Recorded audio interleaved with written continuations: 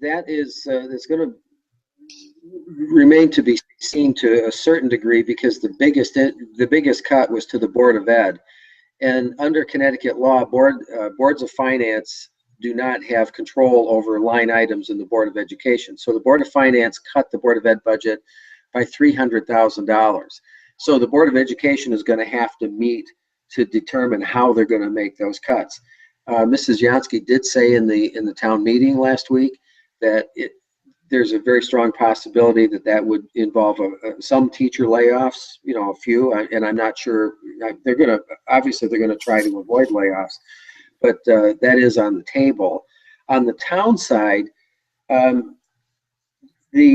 cuts, it really depends on how lucky we get, quite honestly, because some of the things that were cut were things like gas, natural gas, fuel for the boilers, oil, and these things, and some of the maintenance budgets. And some of these things are going to be dependent on if the economy stays the way it is and fuel prices remain low.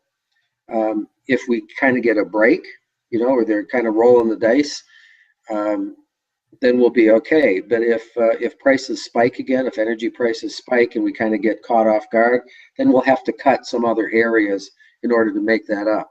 On the town side, the biggest single cut was health insurance, and that was cut by an additional $125,000.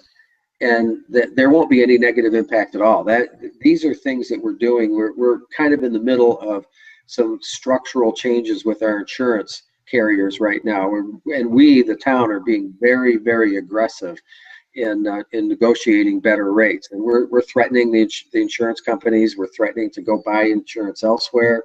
We're reviewing how we buy insurance. We're reviewing our own consultants to make sure that their ability to give us the best possible deal is not compromised. So that is something I think that we're going to see more flexibility in the future, and we'll be able to pass those savings along to taxpayers. So as long as we pass this budget coming up next week, I don't see any severe changes except for how it affects the school, and that remains to be seen.